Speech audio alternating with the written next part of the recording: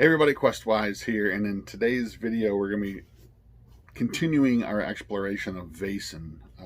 If you didn't see the video last week, I gave you my initial thoughts on Vaesen and how this game has really inspired me, and how this really fits a lot of the check boxes that I really love in a role-playing game. And Free League has hit it out of the park, and I talk about how so many of their other games have been really influential to me. And so go check that video if you want to first, but it's not really necessary in order to watch this one. In this episode, we're going to be talking about the archetypes that are available for you to play as characters within the game. One of the things that I find really interesting about this game, and the designer and the writer and the artist talk about this a little bit in the intro, about how you're not going to find huge stat blocks. This is not going to be a crunchy, old school type of game with huge, page-long stat blocks for things. So it leaves things sort of vague and open for interpretation, and open for you to sort of build while you're, building your story, while you're playing your story out, doing your investigations and such. And I find that really interesting. And that also, while that doesn't just apply to the Vaesen themselves, and we'll do a whole video on the different type of Vaesen. And the Vaesen are the creatures, the folkloric creatures that are in this book that the name is sort of based on. But this also extends to the archetypes as well. Each archetype has a page that has an illustration, and also has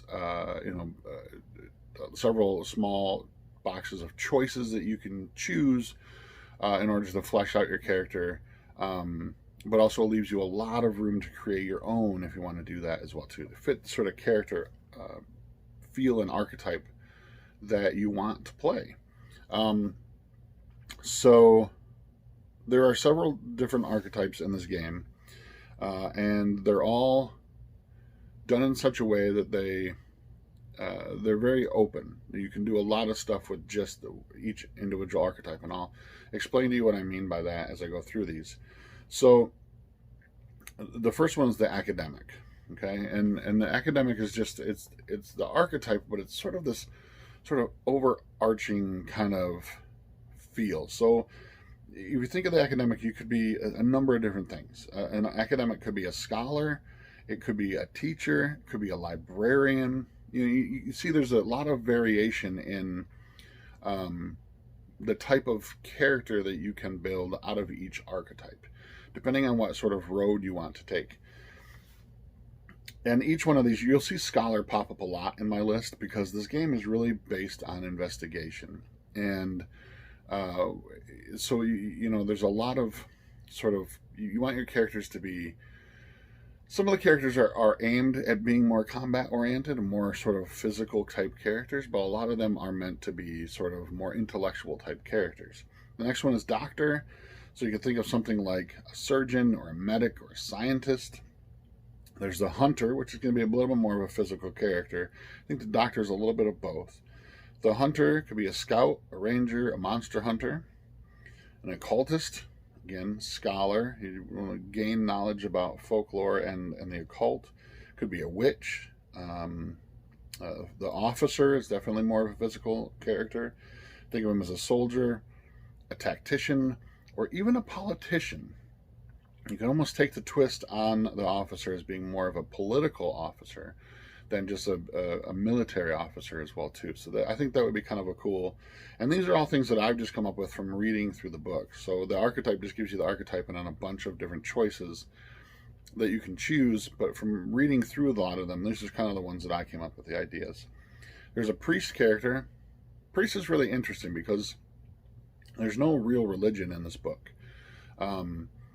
It doesn't talk about how, there's one section where it talks about how there might be a god, there might be a devil. It doesn't have to play into your game at all if you don't want it in there. But the priest character is available, and the priest is actually more of a counselor. He's somebody that, yes, is in a sort of religious type of a profession, but he's more, the way that they've tooled him up You can see him more as a psychologist or a counselor of some type, as opposed to being sort of this priest. Although you can play him as a straight out sort of like, in your face, the Vaesen are evil because God has willed it. We must destroy them, kind of exorcist type of character as well too. So a religious zealot kind of thing as well.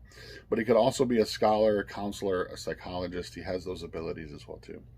There's the private detective. Think Sherlock Holmes. It's straight out of that. Private detective is very inquisitive. He could be part of working for the police force, which Sherlock Holmes often did. And also you can kind of tool in the scholar idea behind him as well too. There's also the servant. The servant is sort of like, and again, could be several different things. He could be just a butler. Think of him as like Jeeves kind of a thing. He could be a spy. He could also be a chauffeur as well too. So there's, again, a lot of ground in each one of these that you can, the archetypes are not, directly defined.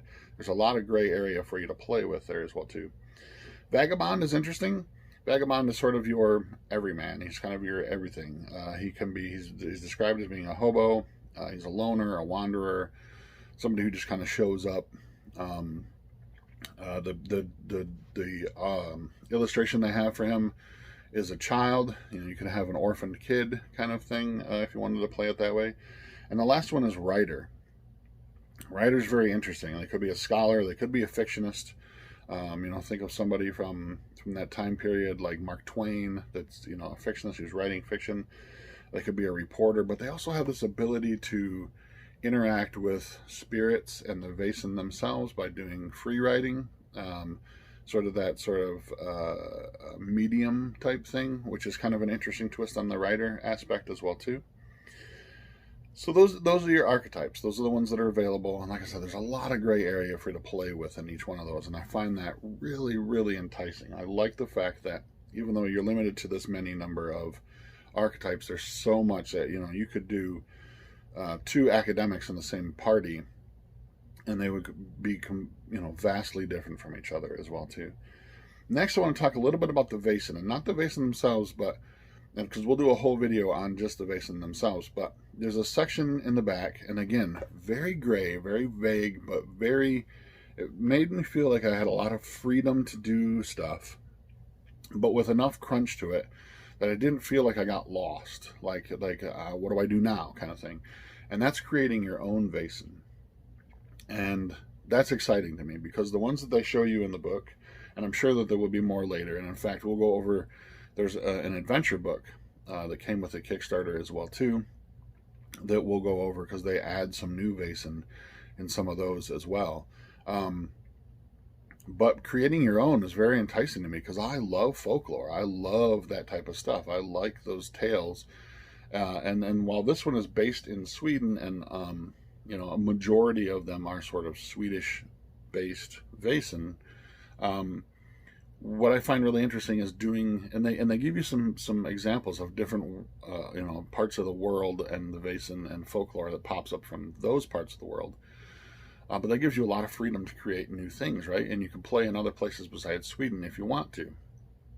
But I feel like a lot of these things could come in. Maybe they were brought, came on a ship, unbeknownst to the crew, to Sweden at the time period, and now have sort of like made Sweden their home, right? Made this area their base of operation. So one of the ones I took from in the last video I talked about the fairy book, which I believe was illustrated by Brian Froud. I showed a picture of it, and I want to say like Alan Lee and Brian Froud. But anyhow, one of those the fey creatures from that book were Spriggans, and I always thought Spriggans were such a cool little thing, and I put my own little twist on it. But I used, there's only like a page and a half in there on how to create your own Vaesen. But in doing so, it encourages you to look at the other Vaesen and try to figure out what's closest to what you're trying to achieve, and sort of base it on there, and base your stats. And there are only 5 stats for each Vaesen: might, body control, magic, manipulation, and fear. And fear is not really so much of a trait as it is. I mean, I guess it is to some degree is a trait, but it's something that when you first, if the creature is sort of otherworldly or horrific, it's something that you will roll against. It's sort of a bench or a threshold that you need to cross in order to interact with this Vaesen, because of their sort of shocking nature or how horrific they might be. So with a Spriggan, might is going to be how strong they are, how when they attack physically. Body control is their ability to maneuver, to move, to adapt to different things. Magic is their ability to use magic, and manipulation is the same as trying to convince other people to do things that they want for them. So for me, the Spriggan is the way I sort of tooled them up is they are a creature of nature, and they really hate that humans are encroaching upon their world. And so whenever they get a chance, they're very malicious, they're very lewd, they're very vulgar, and they will go in and they will open pastures and let cattle lead the cattle away or livestock away. They will burn down houses, they will destroy barns. They really despise the fact that humans are encroaching upon nature, and they will do whatever it takes to stop them from doing so. One of the things, let me grab the book real quick, that I borrowed from this book, and I've talked about this book once before. This is The Secret Commonwealth by Robert Kirk, who was a 17th century minister. And this is a book that he wrote. It's like an essay that he wrote from collected interviews he did with people on folklore. Now, he's a religious minister. He's a Christian minister, or was a Christian minister. But the people in the area where he was living in the Scottish Highlands still held on to those superstitions very strongly. And he collected all of their beliefs on those things and wrote them out in this one big essay, or I believe there's 2 essays in here, called The Secret Commonwealth. And one of the things that was believed was that elves, or creatures of nature, had a thing that they called, the people called elf shot. And it was a way for those people to explain people being wounded without it being physically evident. So an elf shot was basically an arrow or a spear that the elves or fey creatures would throw, and it would kill people, but it wouldn't leave any sign of physical wound. So if somebody died of a heart attack, if they died of cancer, if there was some kind of internal injury that wasn't outwardly evident, people believed that they had wronged an elf creature, a fey creature, and that they had been hit with elf shot, that they had died because of this supernatural attack upon them. That was their way of explaining things that they couldn't see. Like if somebody just has a massive heart attack one day without any other outward signs of being ill, they believed that you had angered a fey creature and they had killed you for it, kind of thing. So I incorporated that into the Spriggan because I felt like that fit very well with their sort of very aggressive nature. And so that's their magic ability. It's not a physical ability. It's not a might ability or body control. They're not actually throwing. It's a magical thing. And so I gave them a magic skill of 6, which means they're going to rolling 6 dice. And we'll go into how the dice mechanic works in another video as well too. But they'll be rolling 6 dice and looking for 6. 6s are always successes in this game. And if so, then they do damage with the elf shot, and the elf shot does 3 points of damage. Now, and like I said, we'll go into this more in depth later in another video about how damage and stuff works, but basically everyone has 4 boxes in both their physical and their mental damage runs, and once you take them, all of them are filled up with conditions. You are broken. You're just out of the game for a time, and then you roll to see what what sort of, if there's any lasting effects, and if, or maybe you die, kind of thing. So an elf shot, if successful, will do 3 of those 4 blocks right out of the gate. So it's very dangerous. But what's really interesting about this is that each Vaesen has a certain way. Vaesen are very hard to kill physically, because they're creatures. Most of them are creatures of supernatural origin. They are difficult to kill with mundane weapons. So, you know, there are other ways. There are rituals. There are secret things that will chase a Vaesen off, or banish them, or to some degree, kind of thing.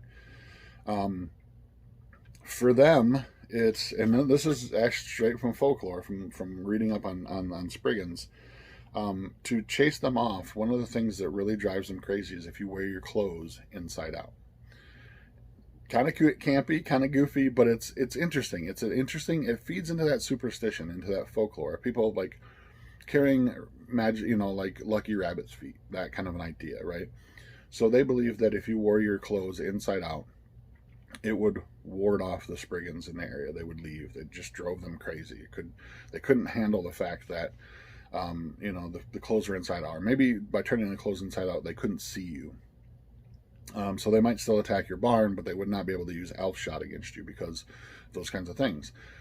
Now, while this is sort of open knowledge to certain folk, for the majority of people, especially people living in the cities who are far removed from Fey creatures in the Vaesen, the world of the Vaesen, they might not know this. And so as a member of the society, as which a character that you play, you'd have to learn those things. It'd be part of your investigation. You would have to go in and interview people and get an idea of what it is that you can do to try to stave off or banish these creatures.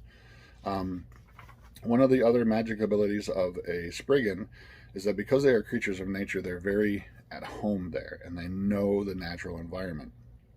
So they have this ability that if they stop moving, if they do absolutely nothing and remain completely still, they become instantly invisible. Now, this is a magical ability, but they don't have to roll any dice for it. The drawback to it is that they don't get to do anything. They have to be completely still. They cannot do anything, but it stops them from being seen.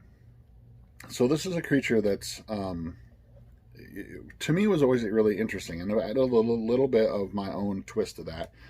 The elf shot is something completely different from Folklore that didn't apply to the Spriggans, but I thought it would be a cool addition to that because of the fact that they're very malicious and they're very destructive kind of creatures. So I added that to their sort of repertoire of abilities. But that's how easy it was. It's just a sitting down and brainstorming. It's just a fun sort of endeavor to take on to create these Vaesen. Some of the others I'd like to do. The limits are endless basically. But I think Baba Yaga, they talk about her in the book, but I would really love to sort of stat her out. Fill out some background on her and how characters might be able to interact with her and stuff as well too, as well as a lot of other things. I think the idea of vampires might be the traditional idea of vampires might be really cool to look at and stuff as well too. But that's part 2 of our look at Vaesen. There's going to be lots more. I love this game, and there's lots to talk about. So next time we'll probably talk about the Vaesen themselves. We'll talk about in a future video. We'll talk about how the dice mechanic works and how that integrates with the gameplay and stuff as well. But until next time, I'm Questwise. Stay safe, my friends. I am out.